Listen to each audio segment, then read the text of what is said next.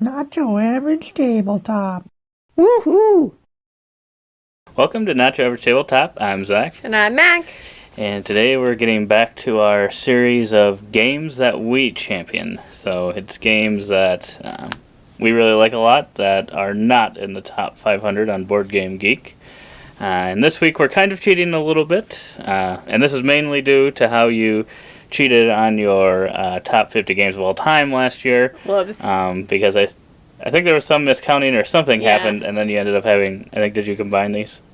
No. Or something, you've split them. Yeah. You had one less than you needed. Yes. So then you turned them into 2 entries back to back. Yes. So you like them evenly as much, apparently. I do. Or almost. They're rated the same on BoardGameGeek.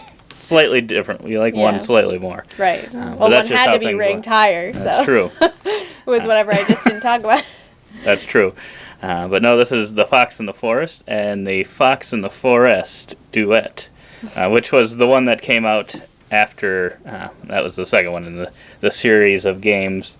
Yeah. But they're both 2-player only games. They are trick-taking. Mm-hmm. So it's just pretty much a deck of cards, basically. I guess the Fox in the Forest Duet has like a little board and whatever, but it really, I mean, you could kind of probably keep track on some piece of paper if you really wanted to. I mean, it's a small board, so it's luckily keeps the packaging really small. But I would talking about the game just a little bit, looking at the BoardGameGeek information.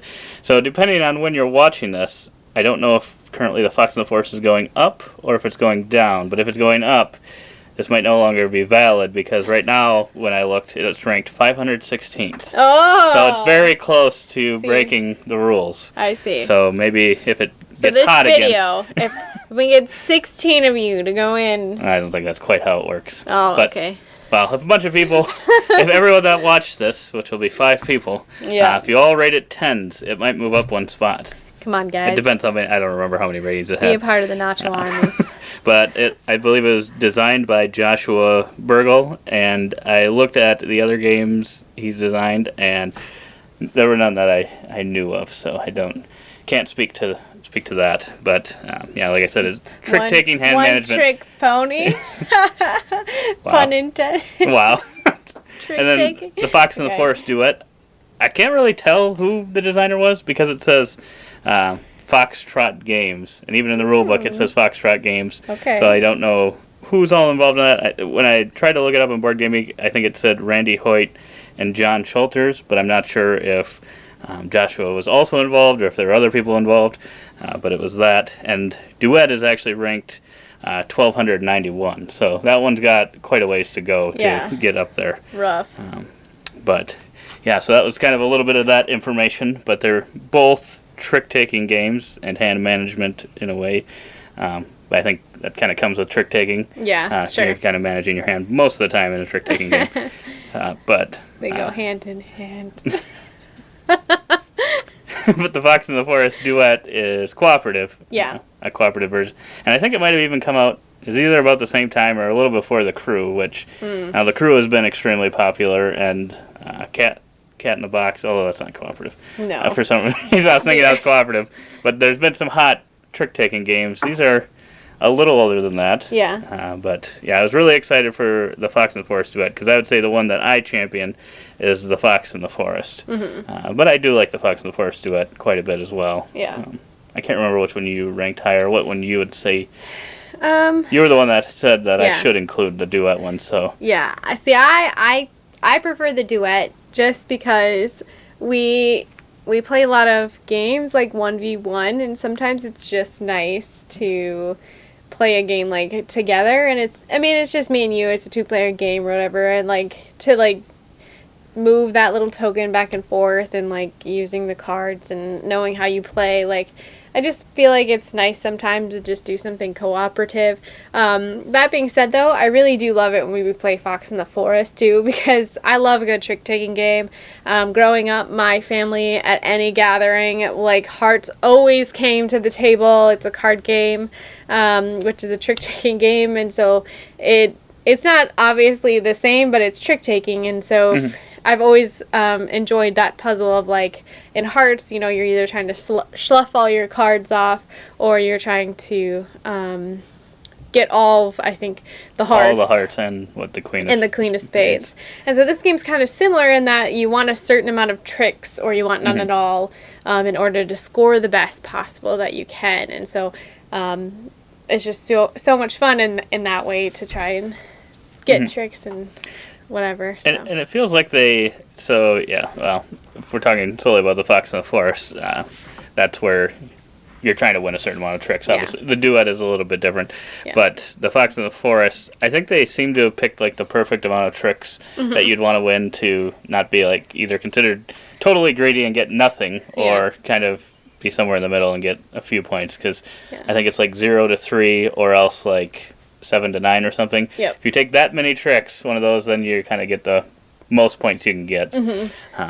But you can sometimes it's fun to try to set your opponent by taking like 0 to 3 tricks and then just keep giving them all the cards. And nothing's worse than like when you're like at the max that you need for that bracket and there's still hands to be played and you're like, I either gotta take none or I gotta take more or whatever, and it's hard.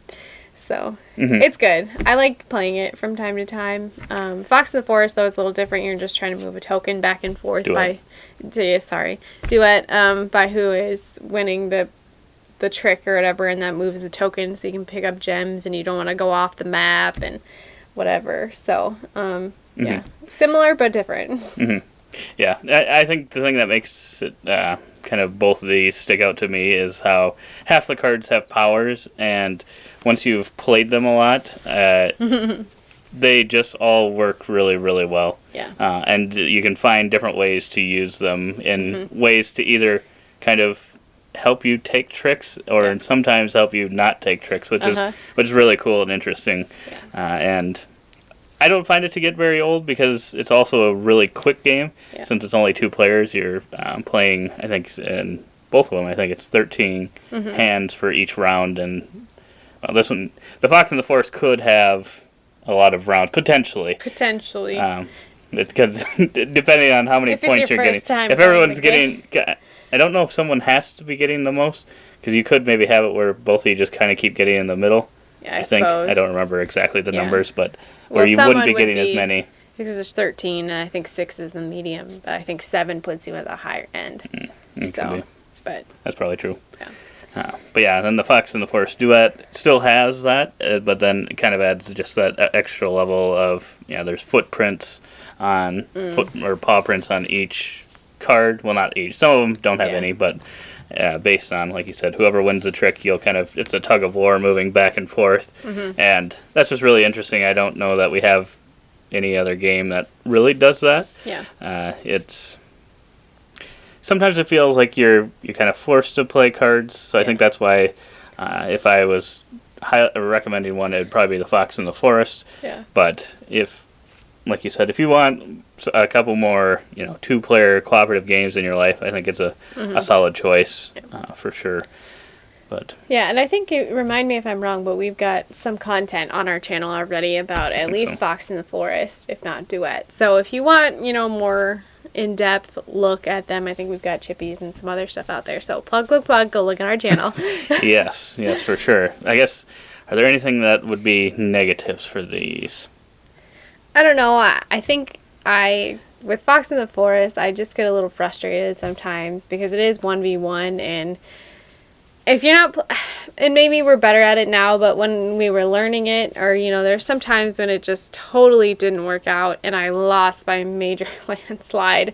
And so I think that is a little bit like, it can be hard, especially when you don't know how many rounds it's going to go, because it's all dependent on who reaches a certain amount of points first. And so it's something, and me and you already play 1v1 on like every other game in the collection. So for me, it's not always needed that we play kind of a very specific 1v1 where it's like just that, and because I'm already losing a lot of games and I don't really want to come to the table and lose a simpler one.